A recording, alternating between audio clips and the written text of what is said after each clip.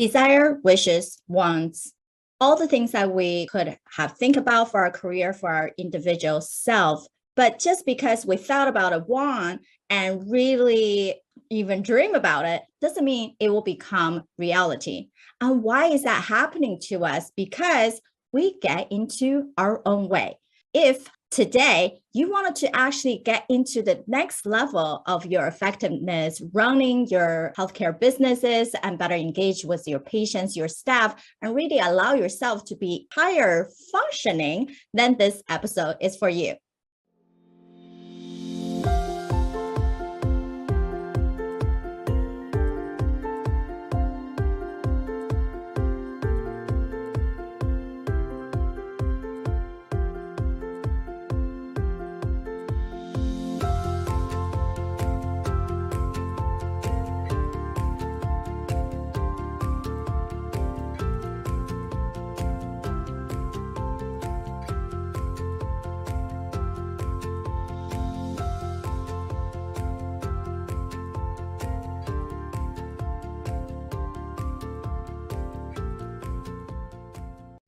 Have you thought about in life, there are always a lot of goals that we have for our business, for ourselves, for our family. How come we're not always able to get all of them done? Or once we have a dream, we have an idea, whether it's on your current career journey of running your practice or bring on more projects to elevate your staff efficiency and perhaps better engage with your patients, but something always not go right. That's because in psychology, we call that self-sabotaging tendency. We get into our own way. Have that ever happened to you that a couple hours or even days later, you thought, oh, darn it, I shouldn't have said that. It didn't come across correctly. However, it's too late. Now you have to deal with the consequences of what have had happened. When we think about positive intelligence and how we're building our own mental fitness journey, is how quickly we can recognize these sabotaging tendencies. Now, we're not saying they're all bad for us. Clearly, we grew up learning from culture, society, team, community, parents, teacher, friends, on building up a different concept and different belief system that help us to get to where we are right now. However, this belief system might not always help us to get to the next level. And that's when we start feeling, there are ways, there are tendencies we always react in certain way that is naturally not helping us, is slowing us down. However, if you can identify these 10 sabotaging tendencies quicker, then you can shut them down, pivot into what we call the sage part of our brain, the higher level, the higher being, then you can actually be able to activate yourself whenever you need to and not procrastinate, not having excuses of why things are not being done or criticize others for all the things that has gone wrong. Then you also be able to be more empathetic toward the whole situation and allow yourself to have more grace for yourself and more ease into thinking about other people's perspective, as well as being more receptive of opportunity, more creative. But we won't be able to get there if we're stuck in the progress of what we're doing right now. So there are 10 sabotaging tendencies, as I mentioned, but there are 3 big ones, especially for us who are practice owners, people who are already working in the very high level of success and not able to reach their full potential. So let's talk about that. Number 1 is called controlling tendency. Now, this is motivated by independence. When we're training in school, probably a lot of you guys have had similar situation where we perhaps study by ourselves and try to figure everything out ourselves because we knew that in the old time days, at least 10 years ago, it's being said, if you ask for help, it's a sign of weakness. And we constantly driven by how can we know exactly what we need to do, then we can solve the problem. And if we're working with other people, I have to give them all the decisions, means I have to be able to help them to get to where they need to go. Has that ever happened to you? in a sense, I remember, especially medicine is such a team-based activity and how we're taking care of patient. However, as providers, we still have all the liabilities. And when we carry on the liabilities, we feel obligated to make sure everything goes right. So anxiety creeps up when the controller tendency wanted to take control, wanted to make sure that people's action matches what we want. So the fear comes into if we don't know exactly what other people are doing to take care of my patient, let's say, what is the nurses doing? What is the medical assistant doing? How are they responding to the situation? One of my clients, when we're talking about optimizing his practice efficiency, we talk about digital health, and the immediate fear becomes, whoa, I don't know, like if we track our patients' progress at home, that's great. But who's going to respond to things when I see alerts? Who's going to be able to take care of my patients? I have my own protocol. And what if that nurse didn't follow the protocol? Or if they follow protocol, they didn't call me and still the liability is on me if they didn't give the right antibiotic. And because he's a nephrologist, we know renal patients have a lot of nephrotoxin drugs. And so the fear creeps in instead of allowing the whole picture to come in, right? It's that controlling tendency of uneasiness, unable to give up independence. So high anxiety and impatient. So they have high anxiety and being very impatient when it comes to what could be possible for any opportunity. So what they are feeling is this anxiety of, I cannot be pull myself away from the situation. I have to always be every step of the way holding hands for people. I have to be always available to help them. So how many of you guys have that similar situation where you feel like you have to always be available and not even task things off and be able to give to your partner, one of the other providers, or even your PAs, NPs, or other therapists in your practice? And when these controlling tendencies show up, what's actually making you feel is almost anger and intimidated when others don't follow your directions, and also become very impatient with others' feeling and different style of doing things. Because what you're controlling is you wanted to control all the processes instead of focusing on the end result. And it actually hurts a lot of other people's feelings because they feel rejected. They feel like you're looking down on their capability and you're not appreciating who they are, what they do. And it's really hard to admit that sometimes. Now, how is this also impacting others is that you can get temporary results, but the cost of diminishing other people and feeling almost resentful that things don't go right. And controller also generate a great deal of anxiety as many things in work and life get into the way and ultimately not able to be in control. It's tough, for sure. But how we modify that? Now, another tendency is called the high achiever, which is motivated by acceptance. Now, we have a lot of high achievers in this field for sure. And one other time I was actually speaking at this physician podcast show, and even the host, when we were talking about particular concept, he's admitted, oh yeah, I was the chief of my department. And then I felt like, oh, even that title is not enough. What else can I do to get to the next level? Perhaps I was just a little bit bored and then I needed to do something else so things would be more recognized. So some of the key words in those areas is that we know by study, appreciation is a key factor that beats out any other thing like salary, bonuses, autonomy, training when it comes to high performance. Now, when we think about high performance, it's actually effectiveness in delivering the result. Some false belief with high performance in this case is actually, I have to consistently deliver, achieve, to have respect and self-validated. It's very internal that in case we don't feel enough until achieve something. But when was the last time you hit that revenue goal for your practice or got an award, a title for your accomplishment?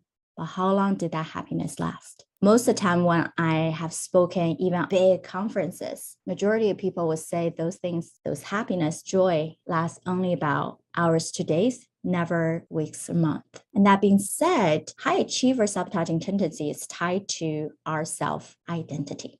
It's so highly focused on the external success, other people's way of thinking what success means instead of what you believe what success means to you, and leading to these unsustainable workaholic tendencies and lose touch of reality and the deeper emotional relationship and what's really costing you in life. So the feeling that some people might come up is that I don't like to dwell on feelings for too long.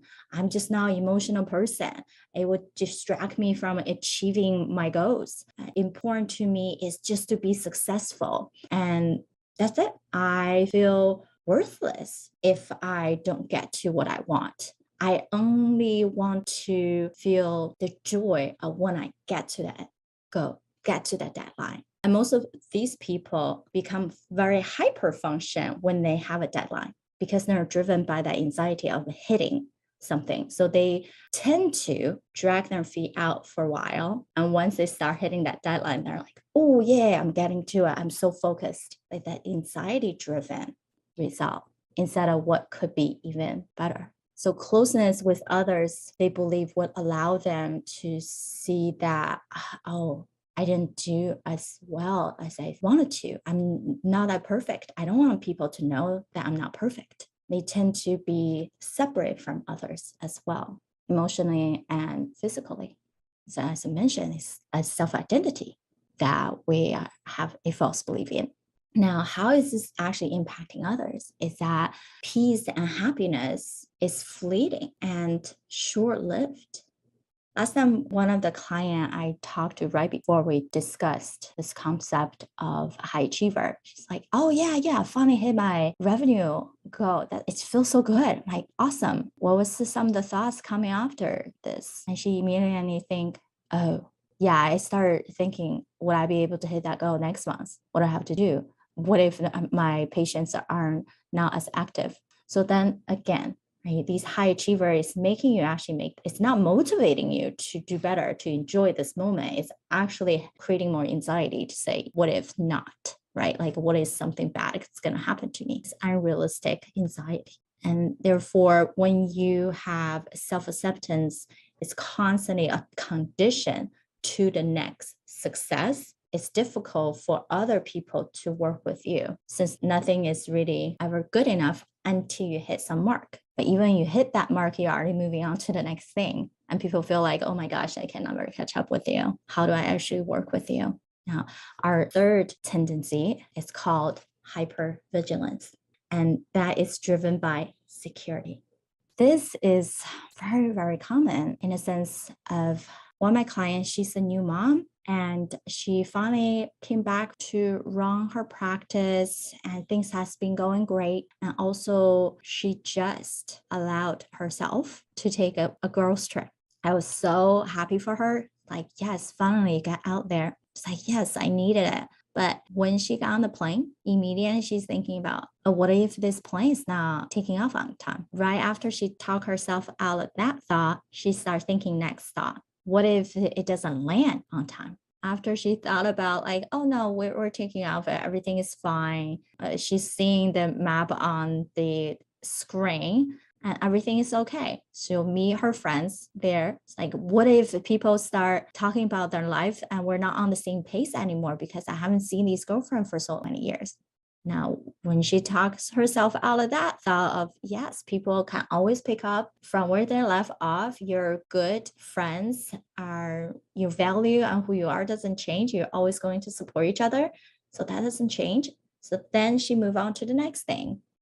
What if something happens on the trip? I can't go back to see my kids. And she tried to rethink through this, realizing, yes, there are plans and there are downtime, there are different events and things are taken care of. She doesn't have to worry about other friends on the trip. She will make back and she will not have hiccups during the trip. And then she started thinking, what if there's things that in my practice that's going on I have to deal with when I'm away? What if I can't even take a phone call? The service is bad. So the same worrisome sequencing of thoughts probably have happened to you. Might not be as significant as this case, the RAM of one concern after another. Because we don't feel secure, we don't feel safe. We constantly have a worry about something is going to happen, stopping us from moving forward in where we need to go. So that continuous intense anxiety about all the dangers and what could go wrong. And that vigilance can never rest.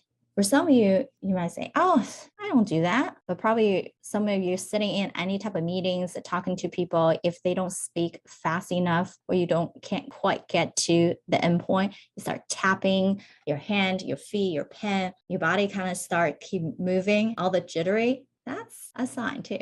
Now, these feelings, people always are skeptical. They're not really open to opportunities, even though all the evidence, all the possibilities presented in your way. And at the end of the day, if we don't try, you never know if it's something will work for you. Or they're so relying on other people's opinion to tell them yes or no, trusted opinion, that they're seeking to refuse an opportunity. Because our brain is very powerful. What you seek, you'll find. So if you wanted to seek something that's not going to work out, something negative, you will find your answer. And same thing, if you want to find the positivity, it will always going to be there. Just like how the news are portraying.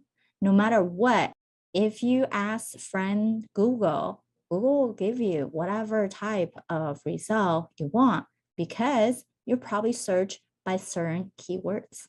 And your eyes, when you want something, you tend to only see what's in front of you. So for a quick example, if someone introduced you to a person, perhaps in your community, and you never thought you met that person ever before, but right after you had a conversation, you start seeing them everywhere that you go. Well, because your brain didn't create a memory of that person. You didn't recognize that person as someone significant even. So once it does, it's in your subconsciousness, it will always pick that person out. So same thing as when you're seeking confirmation. That's what we say confirmation bias. You already formulated an idea in your head. Of course, whatever you search, it will confirm that result. So in practices, when you have a whole team and patients, the same thing, whether it's about adapting a new software to optimize your billing or engage with your patients better, or thinking about how you can really save yourself time, what do you need to cut down? All of this can create some type of anxiety for the people who are hypervigilant. They're always trying to hold back and they're very cynical about it and very prone to question everything.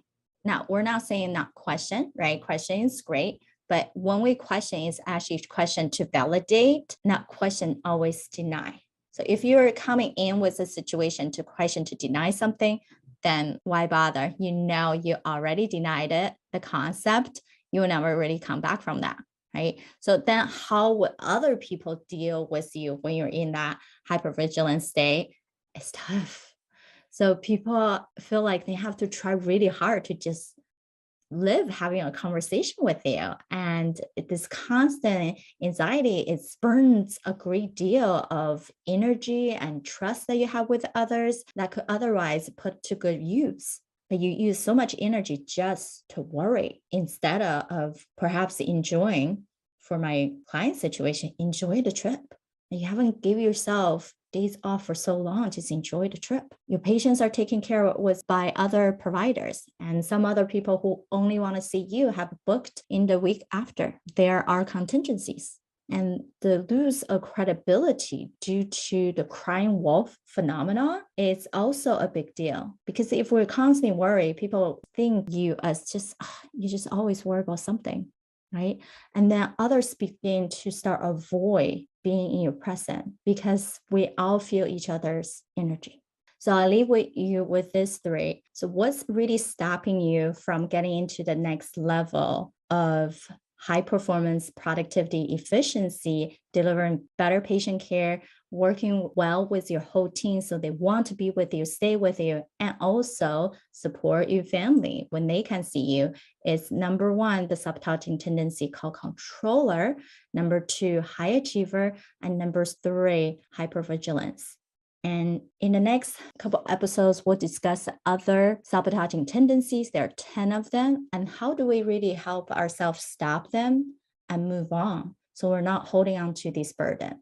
One thought that I would love to give to you guys is, of those three tendencies, do you recognize yourself in one of those?